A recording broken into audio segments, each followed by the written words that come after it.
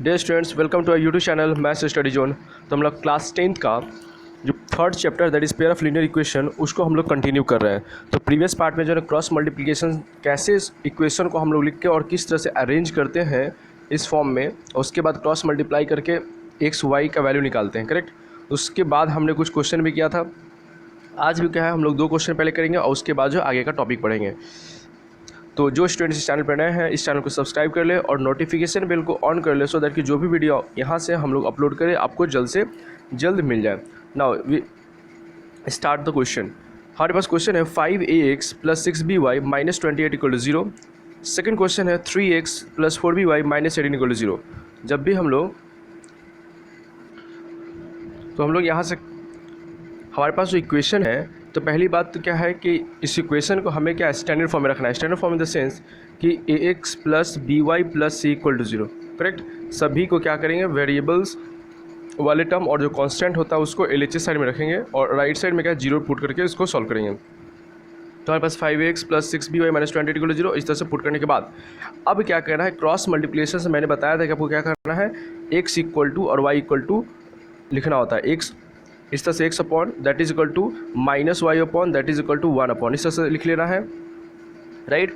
अब क्या करना है, x के नीचे वाला टर्म क्या लिखाएगा, तो x वाला जो टर्म है तो इसको कट कर दो, x का जो टर्म है इसको पूरा को कट कर दो, तो क्या बचेगा, y का जो कॉफिशिएंट है दोनों में क्या है 6b और 4b, तो 6b 4b इस तरह से वर्टिकली लिखेंगे। देन कांस्टेंट का क्या है -28 - 18 इस तरह से लिख लेना है। उसके बाद -y लिखना है, -y का जो टर्म होगा तो y को मीट करो तो बचेगा क्या, x का 5a और 3a कॉफिशिएंट, तो 5a 3a और कांस्टेंट का -28 और -18, राइट। उसके बाद 1 अपॉन लिखना है। 1 अपॉन का मतलब क्या, ये कांस्टेंट का है तो कांस्टेंट वाले को ओमिट कर देना है, तो क्या बचेगा 5a 3a और 6b 4b, तो 6b 4b इस तरह से लिख लेना है। उसके बाद क्या करना है, क्रॉस मल्टीप्लाई, इसको मल्टीप्लाई करेंगे माइनस इसको करेंगे, तो ये क्या आ जाएगा x अपॉन, अब इसको करोगे तो 6b × -18 तो कितना आ जाएगा -108b, अब माइनस और ये दोनों का प्रोडक्ट, तो माइनस तो पहले से होता है और फिर -28 और 4b को करेंगे तो -112 भी हो जाएगा, तो माइनस ऑफ माइनस क्या आ जाएगा प्लस, तो इसीलिए क्या लिखा गया +112b। देखो ये सब कैलकुलेशन आप लोग को पता होगा क्योंकि जो प्रोसेस है मैंने उसको पहले डिस्कस कर रखा है, करेक्ट ना। उसी तरह से क्या -y, ये -y और उसके बाद फिर क्या करोगे, नीचे वाला क्रॉस मल्टीप्लाई, तो 5a × -18 तो -90 है, माइनस ऑफ फिर माइनस ऑफ ये दोनों का प्रोडक्ट, तो माइनस पहले से है फिर यहाँ भी माइनस है, तो माइनस +84a हो जाएगा।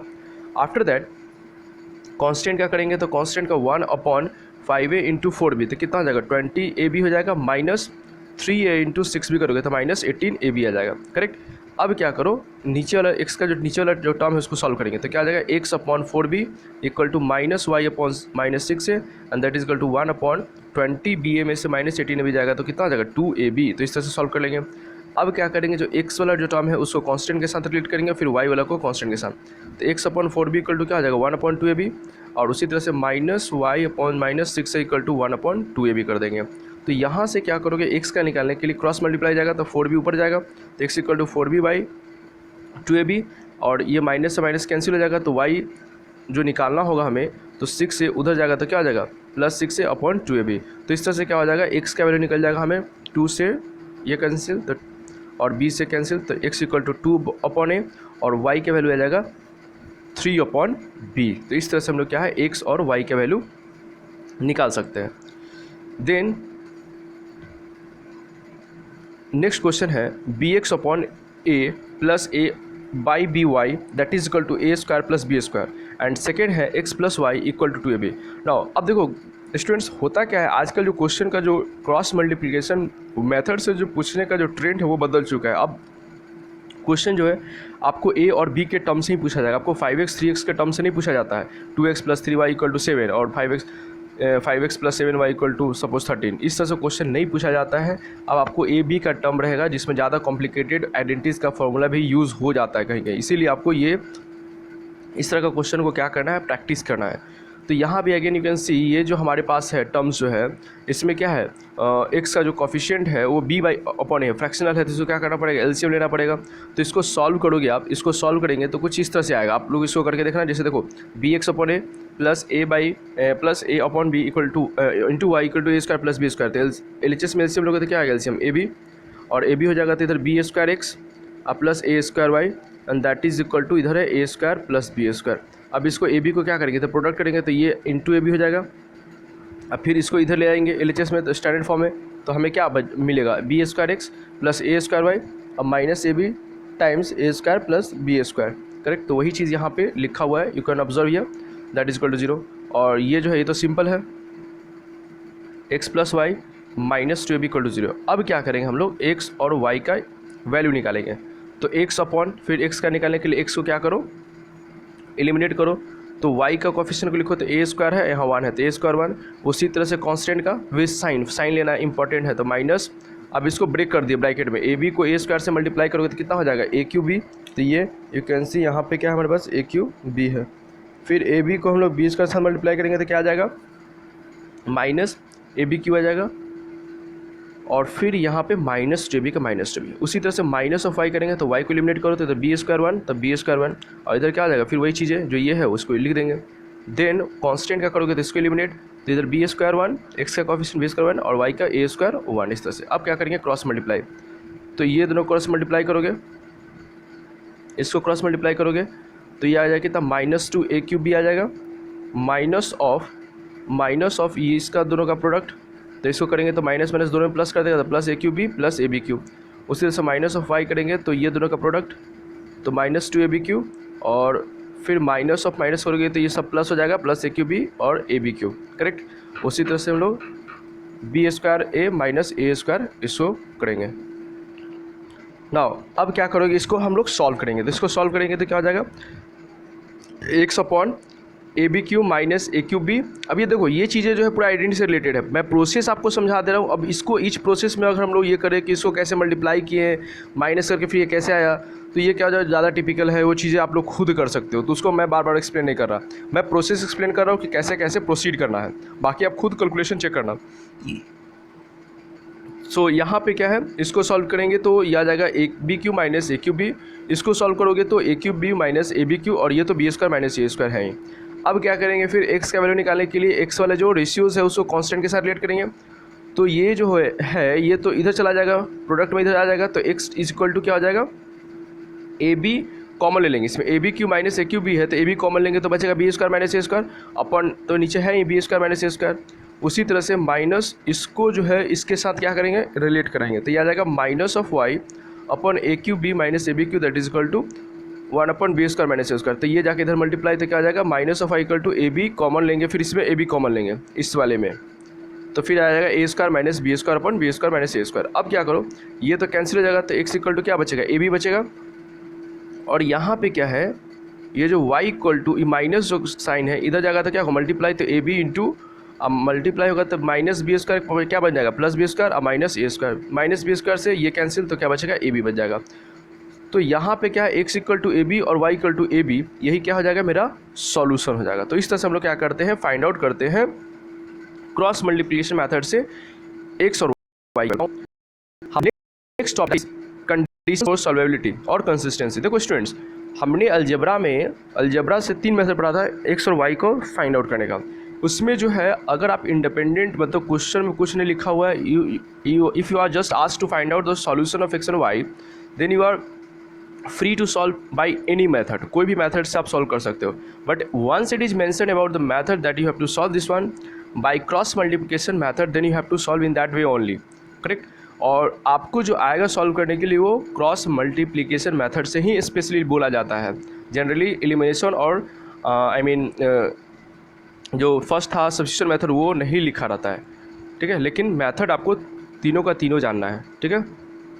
नाउ अब क्या हमारे पास कंडीशंस है कि कोई इक्वेशन दिया रहेगा उसमें अननोन कुछ टर्म्स रहेगा और बोल दिया जाएगा कि यूनिक सॉल्यूशन है तो उसके लिए उस वैल्यू क्या होगा। जैसे कि सपोज अगर हमारे पास 2x plus 3y equal to 5 है, हमारे पास इक्वेशन है 2x plus 5y equal to 7 और दूसरा है 3x plus 7y equal to 8, कुछ इस तरह से 2 इक्वेशन है। अब क्वेश्चन ये है कि ये यूनिक सॉल्यूशन है या इन्फिनिटली मेनी सॉल्यूशन है या फिर नो सॉल्यूशन का केस है। तो हम लोग क्या करते हैं A1/A2 B1/B2 C1/C निकालते थे। तो सपोज A1/A2 निकाले तो A1 अपॉन A2 निकालोगे तो क्या हो जाएगा, A1 कितना है 2 और A2 कितना है 3, तो A1 अपॉन A2 हो जाएगा 2/3। उसी तरह से B1 अपॉन B2 निकालेंगे, तो B1 अपॉन B2 की बात करेंगे तो y का कितना है 5 और 7। तो आप देख सकते हो कि A1 अपॉन A2 जो है दोनों इक्वल नहीं ना है, A1 upon A2 does not equal to B1 upon B2, दोनों इक्वल नहीं है। तो A1 अपॉन A2 अगर B1 अपॉन B2 इक्वल, इसका मतलब क्या है, यूनिक सोल्यूशन है। तो इसमें क्या था, पहले हम लोग क्या करते थे, हमारे पास दो इक्वेशन हमारे पास रहता था, तो हम लोग क्या करते थे, उससे उसके रेशियो से हम लोग यूनिक सोल्यूशन, इनफाइनाइटली या नो सोल्यूशन का क्राइटेरिया फाइंड आउट करते थे। अब क्या होगा, हमारे पास इक्वेशन तो होगा लेकिन अननोन होगा, उसमें कुछ ना कुछ वैल्यूज अननोन होगा। अब बोला जाएगा कि अगर इसका यूनिक सोल्यूशन है तो क्या के का वैल्यू होगा। जैसे कि सपोज हमारे पास इक्वेशन है 2x plus k y that is equal to 5, और दूसरा इक्वेशन है 3x plus 7y equal to 8। ये दो इक्वेशन है, 2x plus k Y equal to 15 और 3x plus 7y equal to 8। ये हमारे पास क्या है, दो इक्वेशन है। अब क्वेश्चन ये है कि if it has unique solution, ये बोल दिया है कि इट हैज़ यूनिक सोल्यूशन, इसके पास कैसा सोल्यूशन है, यूनिक सोल्यूशन है। तो यूनिक सोल्यूशन है तो फाइंड के, तो के का वैल्यू क्या होगा, यूनिक सोल्यूशन है तो के का वैल्यू क्या होगा। तो हमें पता होना चाहिए कि यूनिक सॉल्यूशन के लिए क्या क्राइटेरिया है। डायरेक्टली बोलो, यूनिक सॉल्यूशन के लिए क्या criteria, A1 upon A2 does not equal to B1 upon B2। आपको इस बार चेक नहीं करना है कि ये यूनिक है या नहीं, आपको पहले ही बोल दिया है कि ये इसके पास यूनिक सॉल्यूशन है तो के का वैल्यू क्या होगा। तो हम लोग क्या करेंगे, क्राइटेरिया को यूज़ करेंगे। तो A1 कितना 2, A2 कितना 3, तो 2/3 does not equal to B1 मतलब y का कोफिशिएंट फर्स्ट इक्वेशन में, तो k अपॉन B2 का मतलब 7। तो यहाँ से हमने क्या पाया, इस 7 को क्रॉस मल्टीप्लाई करेंगे तो हो जाएगा, तो क्या हो जाएगा 2 × 7 14/3 does not equal to k, मतलब k का वैल्यू कितना आ गया, डज नॉट इक्वल टू 14/3। मतलब इसका मतलब ये बोला कि k का वैल्यू सिर्फ 14/3 नहीं होना चाहिए। दैट मीन्स k का वैल्यू कुछ भी रियल नंबर ले लो, सिर्फ 14/3 को छोड़ के, करेक्ट। तो इसीलिए k का वैल्यू क्या हो जाएगा, k is any real values, k का वैल्यू कुछ भी हो सकता है एक्सेप्ट 14/3। तो इस तरह से हम लोग क्या करते हैं, निकालते हैं। उसी तरह से अगर सपोज हमारे पास कोई दूसरा इक्वेशन रहेगा तो हम लोग कैसे सॉल्व करते हैं। जैसे कि suppose 2x plus 5y plus 7 equal to 0 है। दूसरा है suppose 4x plus 10y plus k equal to 0। अब सपोज ये दो इक्वेशन दिया हुआ है हमें, अब बोला है कि it has infinitely many solution, इसके पास इन्फाइनाइट सोल्यूशन है। तो इन्फाइनाइट सोल्यूशन है तो k का वैल्यू क्या है, निकालिए। तो इन्फाइनाइटली मेनी सोल्यूशन के लिए क्राइटेरिया क्या होता है कि तीनों का तीनों ratio equal, A1 upon A2 is equal to B1 upon B2 equal to C1 upon C2। अब क्या करो, वैल्यू पुट कर दो। तो A1 अपॉन A2 का मतलब क्या 2/4, B1 अपॉन B2 का वैल्यू मतलब क्या 5/10 और C1 अपॉन C2 का वैल्यू कितना 7/k। इस तरह से, तो इससे क्या आ जाएगा, इससे कट करो 2, इससे कट करो 2, तो मतलब हमें क्या आया 1/2 equal to 1/2 equal to 7/k। अब क्या करो, किसी भी एक रेशियो को इक्वल कर दो, क्योंकि ये दोनों तो इक्वल ही है, पहला दो रेशियो इक्वल है। तो सपोज ये दोनों को इक्वल करेंगे तो 1/2 क्या आ जाएगा, 1/2 इक्वल टू 7/k। तो यहाँ से क्रॉस मल्टीप्लाई करोगे तो k का वैल्यू कितना आ जाएगा, k इक्वल टू 7 × 14। तो इसका मतलब k इक्वल टू कितना आ जाएगा 14 आ जाएगा। तो इसका मतलब कि इन्फिनिटली मेनी सॉल्यूशन के लिए k का वैल्यू कितना आएगा 14 आएगा, करेक्ट। तो आई होप ये चीज़ें हम समझ गए होंगे। उसी तरह से नो सॉल्यूशन का, तो सिंपल सी बात है कि हमें क्या है, कंडीशन फॉर जो सॉल्वेबिलिटी है वो हमें ध्यान में रहना चाहिए। नाउ सी, तो यहाँ पे वही चीज़ है कि कंडीशन फॉर सॉल्वेबिलिटी क्या है और कंसिस्टेंसी। तो द सिस्टम ऑफ इक्वेशन, मान लो कि दो इक्वेशन दिया हो, A1x प्लस B1y प्लस 7 = 0, दूसरा A2x plus B2y plus C2 = 0।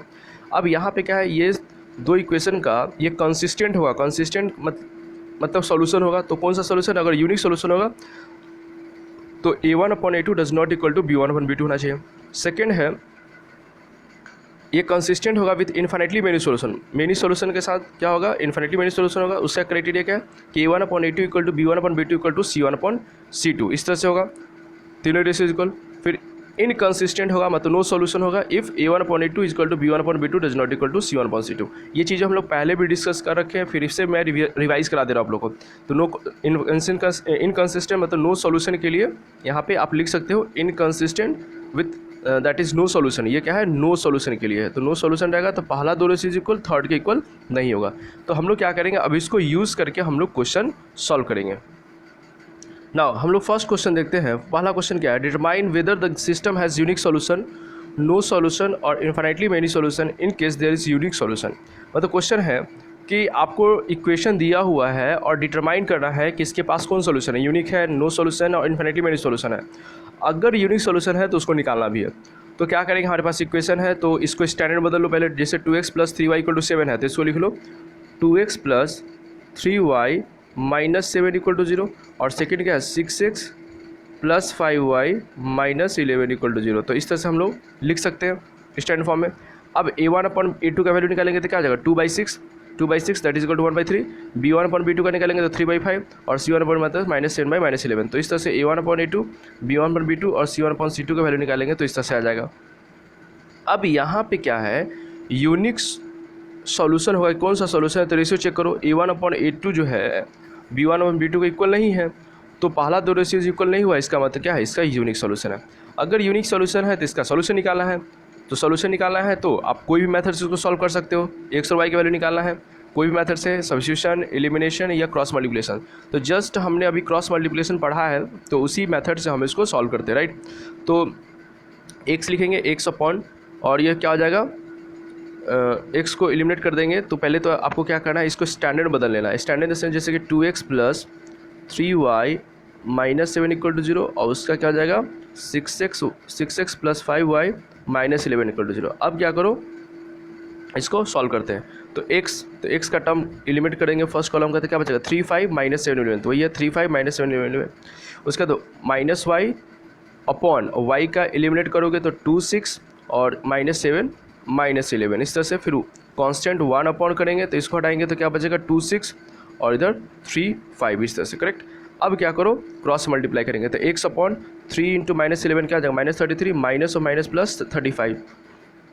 उसके बाद -y अपॉन क्रॉस मल्टीप्लाई 2 × -11 -22, फिर ये माइनस माइनस प्लस 42 हो जाएगा। फिर 1 अपॉन 5 × 10 माइनस 6 × 18।